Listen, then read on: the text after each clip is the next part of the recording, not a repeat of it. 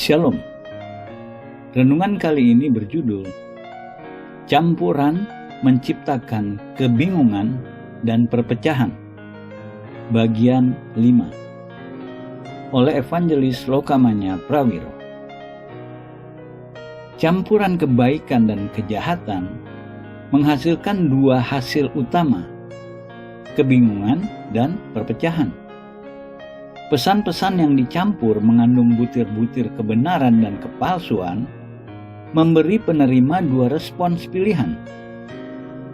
Mereka bisa fokus pada komponen kebaikan atau kebenaran dan menerima yang buruk bersamanya.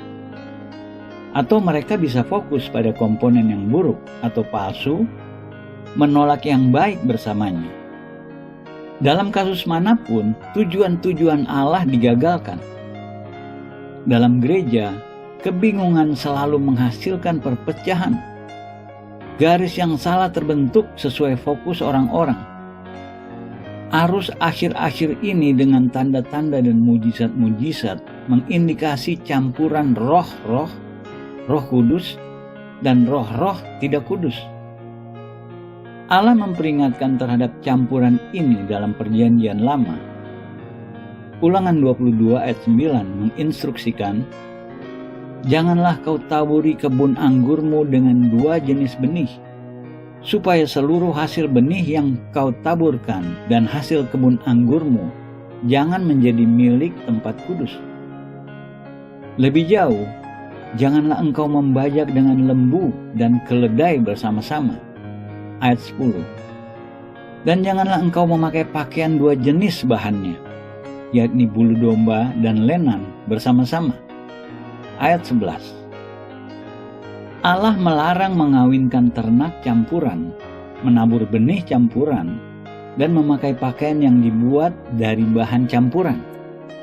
Prinsip yang disampaikan oleh larangan-larangan ini adalah ketika kita melayani Tuhan, kita tidak boleh mencampur dua jenis hal yang berbeda.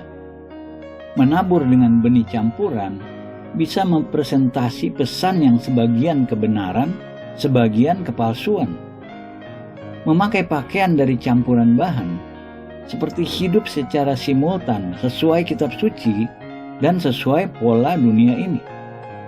Mengizinkan melahirkan ternak campuran bisa merepresentasi kelompok pelayanan Kristen yang menyelaraskan dirinya dengan kelompok lain yang bukan Kristen. Berguna untuk dicatat bahwa ketika dua jenis berbeda dikawinkan, anak-anaknya biasanya steril. Sebagai contoh, mengawinkan keledai dengan kuda menghasilkan bagal, binatang yang tidak bisa mereproduksi. Kelompok-kelompok Kristen yang bergabung dengan perkawinan dari dua sistem kepercayaan, jenis yang berbeda, sering menghasilkan hasil-hasil steril serupa. Raja Saul merepresentasi contoh penting dari peringatan Alkitabiah terhadap campuran roh-roh. Pada suatu ketika, ia bernubuat dalam Roh Kudus. Pada waktu lain, ia bernubuat dalam roh satanik. Meskipun 40 tahun pemerintahannya, campuran kemenangannya sebagai komandan militer dan kemenangan-kemenangannya yang lain membuktikan tanda buruk kematiannya. Hanya sebelum peperangan, ia berkonsultasi dengan ahli sihir. Hari berikutnya, ia bunuh diri di medan perang. Campuran roh-roh Raja Saul dan hasil-hasil mengerikan yang ia alami harus mencegah kita mencampur roh-roh dalam hidup kita. Kita harus tanya diri kita, sebagai individual dan sebagai gereja, apakah kita menabur dengan benih campuran? Apakah kita sudah mengkombinasi kebenaran dengan kepalsuan? Apakah kita memakai pakaian dari bahan campuran, sebagian kebenaran Yesus, sebagian kodrat kedagingan kita sendiri? Berkat Allah tidak akan tinggal pada campuran kemurnian dan kenajisan. Meski dengan adanya benih-benih kebenaran dan kejahatan tidak masuk gereja, kita tidak boleh pasif atau netral terhadap apa yang kita terima. Amsal 8 ayat 13 menginstruksikan, Takut akan Tuhan ialah membenci kejahatan. Salah berkompromi dengan kejahatan, berdosa. Satan masuk lewat kejahatan dengan tujuan untuk mencuri dan membunuh dan membinasakan. Yohanes 10 ayat 10. Tujuan ini berlaku pada individual dan jemaat gereja, dan kita harus mengambil tindakan pertahanan aktif melawan skema-skema setan. Sehubungan dengan kerja Roh Kudus Allah, banyak gereja bersikap netral. Jemaat mereka menolak mengambil sikap melawan, mencoba merekonsiliasi Allah dengan dunia, mencoba menjaga hubungan bersahabat antara keduanya. Ketika Roh Kudus datang, Ia menggoncang pagar. Tidak ada lagi yang duduk netral. Kita harus memilih di pihak yang mana. Beberapa gereja menolak Roh Kudus untuk mempertahankan netralitas gereja. Namun Yesus berkata, "Siapa tidak bersama aku, ia melawan aku." Lihat Matius 12 ayat 30. Tren masa kini serba membolehkan, dan gereja hari ini tidak terkecuali. Tidak ada batas. Kita bisa menemukan orang-orang menari-nari, bertepuk tangan, terlibat dalam pemeragaan dramatik atau aktivitas-aktivitas yang sebelumnya tidak pernah terdengar di gereja. Ini mungkin usaha-usaha tulus untuk memuji Allah, namun bisa juga inovasi-inovasi menyembah yang mempromosi distraksi ketimbang penyembahan. Meningkatnya toleransi membiarkan meningkatnya kebebasan. Hanya sedikit pembatasan-pembatasan spesifik mencegah setan. Meski demikian, Allah menentang pembiaran pada zaman ini.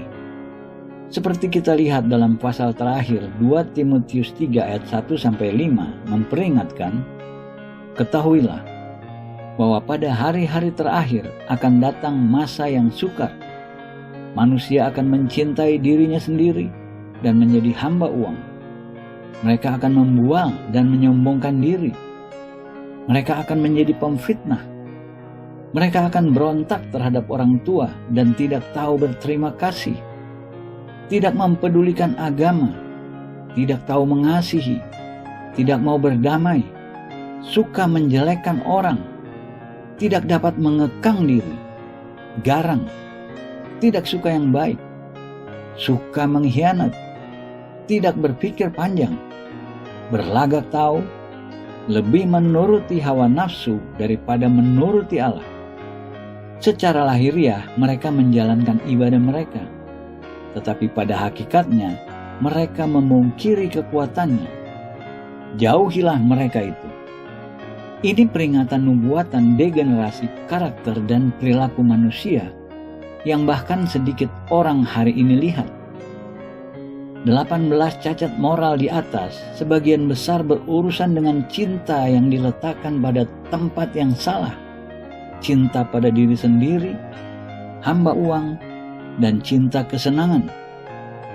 Bahkan orang-orang yang menganut keselamatan, mereka yang menjalankan ibadah, cenderung menunjukkan perilaku-perilaku ini. Tembok-tembok yang sudah runtuh dalam gereja mengindikasi hilangnya garis demarkasi, batas-batas yang ada untuk tujuan spesifik Allah. Berdasarkan kitab Kejadian, tampaknya ada 2 garis batas yang Allah jaga dengan teguh.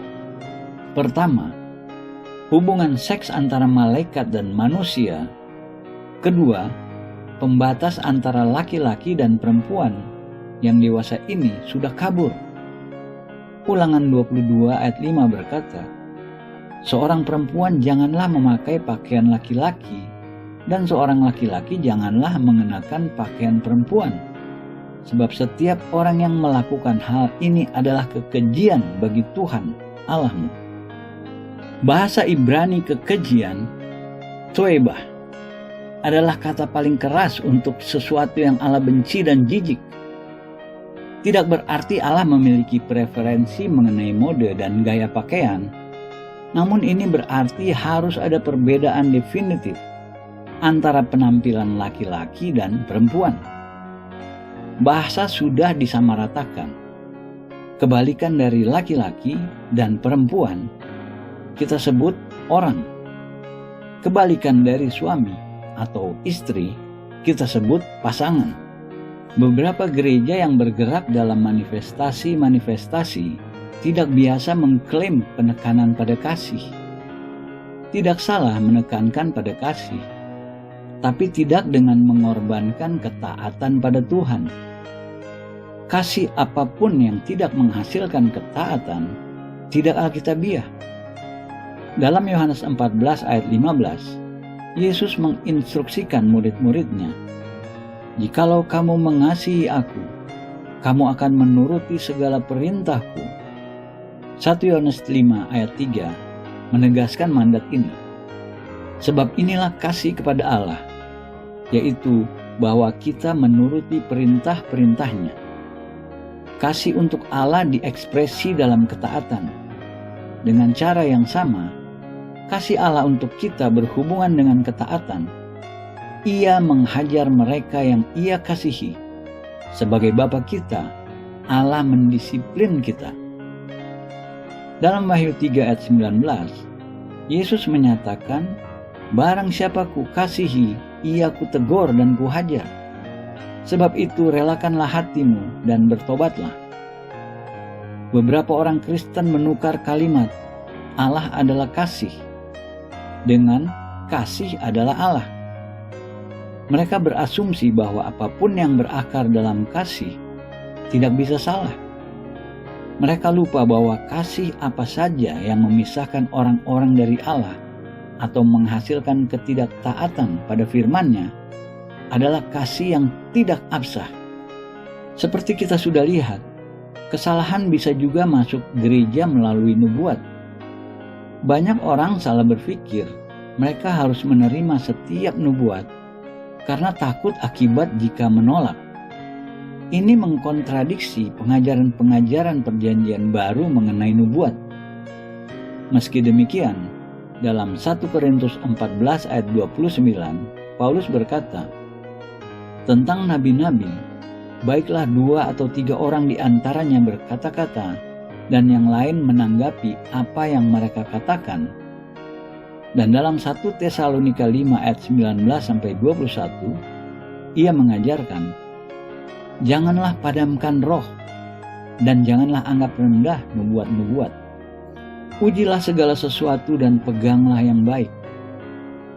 Meskipun kita tidak memandang rendah manifestasi-manifestasi Roh Kudus, kita harus mengujinya, menerima hanya apa yang baik dan benar. Nabi-nabi harus membiarkan yang lain menilai mereka. Jika seorang nabi tidak bersedia dinilai dan diuji, ia tidak boleh bernubuat. Kita tidak boleh percaya nabi-nabi jika mereka mengatakan pada kita, "Jika engkau menghakimi pesan saya, Allah akan menghakimi engkau." Sebaliknya, kita harus takut penghakiman Allah jika kita gagal menghakimi nubuat-nubuat yang Ia katakan kita harus lakukan. Nabi-nabi bukan diktator. Standar apa yang harus kita gunakan ketika kita menghakimi nubuat-nubuat? Baca Yesaya 8 ayat 19-20. "Sesungguhnya aku dan anak-anak yang telah diberikan Tuhan kepadaku adalah tanda dan alamat di antara orang Israel dari Tuhan semesta alam yang diam di Gunung Sion. Dan apabila orang berkata kepada kamu, mintalah petunjuk kepada arwah dan roh-roh peramal yang berbisik-bisik dan komat kamit, maka jawablah, bukankah suatu bangsa patut meminta petunjuk kepada Allahnya? Atau haruskah mereka meminta petunjuk kepada orang-orang mati bagi orang-orang hidup? Carilah pengajaran dan kesaksian.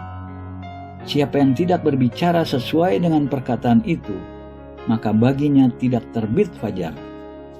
Ujian terakhir bagi Nabi, apakah ia berbicara sesuai dengan perkataan firman Allah? Jika tidak, baginya tidak terbit fajar, tidak ada terang di dalamnya. Nubuat bisa menyesatkan. Dalam Roma 12 ayat 6, Paulus menulis, Demikianlah kita mempunyai karunia yang berlain-lainan menurut kasih karunia yang dianugerahkan kepada kita. Jika karunia itu adalah untuk bernubuat, baiklah kita melakukannya sesuai dengan iman kita. Dengan kata lain, nabi-nabi tidak boleh melewati ukuran iman mereka ketika mereka bernubuat. Bernubuat bisa menjadi pengalaman menyenangkan, dan nabi-nabi bisa kebablasan, bahkan lepas dari apa yang sebenarnya mereka terima dari firman Allah dan Roh Kudus. Sebagai contoh, seseorang bisa menerima nubuat sejati akan ada kebangunan rohani besar. Namun ia bisa begitu bergairah dan menambahkan, dan kebangunan rohani itu akan dimulai di gereja mereka. Bagian pertama bisa benar, namun bagian kedua bisa salah dan sebaliknya. Bagaimana ini bisa terjadi? Ini terjadi ketika seorang nabi bertindak melebihi proporsi iman yang Allah berikan kepadanya. Nubuat bisa juga akurat, namun tidak bersumber dari Allah. Dalam Perjanjian Lama, kita membaca peringatan mengenai kemungkinan ini. Kisah Para Rasul 16 memberi contoh nubuat atau pewahyuan yang bukan dari Allah, meskipun akurat. Paulus dan Silas baru saja tiba di kota Filipi. Pada suatu kali ketika kami pergi ke tempat sembahyang itu, kami bertemu dengan seorang hamba perempuan yang mempunyai roh tenung. Dengan tenungan-tenungannya, tuan-tuannya memperoleh penghasilan besar. Ia mengikuti Paulus dan kami dari belakang sambil berseru, katanya, "Orang-orang ini adalah hamba Allah yang maha tinggi. Mereka memberitakan kepadamu jalan kepada keselamatan." Kisah Para Rasul 16 ayat 16-17. Setiap kata yang perempuan ini ucapkan benar. Lebih jauh, ia orang pertama di Filipi yang secara benar mengidentifikasi Paulus dan Silas dan peran mereka sebagai hamba-hamba Kristus. Namun bukan roh Allah yang berbicara melaluinya, melainkan roh peramal. Nas selanjutnya, hal itu dilakukannya beberapa hari lamanya. Tetapi ketika Paulus tidak tahan lagi akan gangguan itu, ia berpaling dan berkata kepada roh itu, "Demi nama Yesus Kristus, aku menyuruh engkau keluar dari perempuan ini." Seketika itu juga, keluarlah roh itu. Ayat 18. Sejak itu dan selanjutnya, perempuan itu tidak bisa lagi meramal. Luar biasa bagaimana banyak orang mempraktikkan ramalan dan berapa banyak mereka mengatakan kebenaran, namun apa yang mereka ramal bukan dari Allah. Kebohongan tidak bisa dihindari bercampur dengan kebenaran nubuat-nubuat mereka. Namun kebenaran di sini berperan sebagai umpan jika kita termakan. Kita menelan kebohongan bersama kebenaran. Jangan menerima takdir Satan atas hidup kita, yang ia mungkin coba yakinkan kita untuk terima dengan mempresentasi kita hal-hal yang kita tahu benar. Perumpamaan mengenai kerajaan Allah yang direpresentasi dalam Matius 13 berbicara tentang akhir zaman dan penghakiman atas campuran. Seorang petani menanam benih gandum baik di ladangnya. Pada malam hari, musuh menabur lalang di antara benih gandum. Sementara tanaman tumbuh, petani menemukan lalang tumbuh di antara gandum. Lihat Matius 13 ayat 24-30. Ladang ini merepresentasi kekristenan atau kerajaan Allah, termasuk orang-orang yang menghasilkan buah-buah yang sesuai seperti gandum yang baik, dan yang lain tidak menghasilkan buah seperti lalang. Hamba-hamba bertanya pada tuan mereka, apakah mereka harus mencabut lalang? Tetapi ia berkata, "Jangan, sebab mungkin gandum itu ikut tercabut pada waktu kamu mencabut lalang itu." Matius 13 ayat 29. Respons ini mengindikasi bahwa perbedaan antara gandum dan lalang tak berarti tanaman yang menghasilkan buah sering disalahartikan dengan yang tidak menghasilkan. Respons Tuhan mencerminkan rencana Yesus untuk orang-orang percaya dan orang-orang fasik di akhir zaman. Biarkanlah keduanya tumbuh bersama sampai waktu menuai. Pada waktu itu aku akan berkata kepada para penuai, kumpulkanlah dahulu lalang itu dan ikatlah berberkas-berkas untuk dibakar. Kemudian kumpulkanlah gandum itu ke dalam lumbungku. Ayat 30. Perbedaan kunci antara ladang fiktif dan kerajaan Allah ini adalah kearifan penuai. Sementara petani di ladang kesulitan membedakan gandum dan lalang, penuai-penuai Allah adalah malaikat-malaikat yang seperti Allah tidak memiliki masalah memisahkan orang-orang percaya sejati dari orang-orang fasik. Sangat sering orang-orang Kristen yang kesal dengan orang-orang fasik mencoba mengusir mereka keluar dari gereja.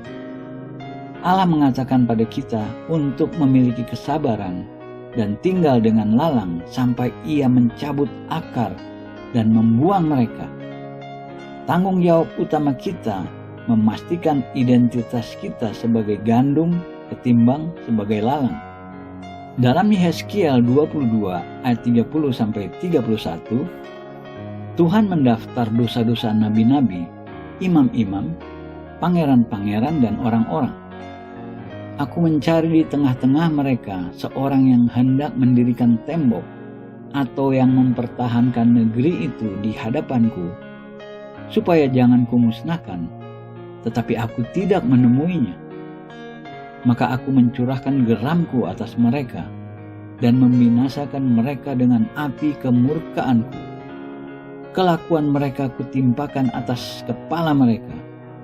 Demikianlah firman Tuhan Allah. Allah mencari seseorang untuk membangun tembok restorasi. Ia juga mencari seseorang sebagai pendoa syafaat untuk melakukan perantaraan. Tembok memisahkan dan membagi, mengasingkan satu tempat dari tempat lainnya. Di sekeliling gereja yang sekarang, sebagian besar tembok yang membagi sudah diruntuhkan. Kita harus merestorasinya, dan pendoa-pendoa syafaat harus berdiri di antaranya. Berdoa syafaat lebih daripada berdoa. Sikap permanen yang seorang harus lakukan antara Allah dan objek-objek dari kemarahannya. Lebih dari hanya 1 jam doa, berdoa syafaat dalam keadaan konstan. Abraham contoh pendoa syafaat. Ketika Tuhan berencana menghancurkan orang-orang Sodom, Abraham memohon mewakili mereka. Ia berakar dalam doa syafaat.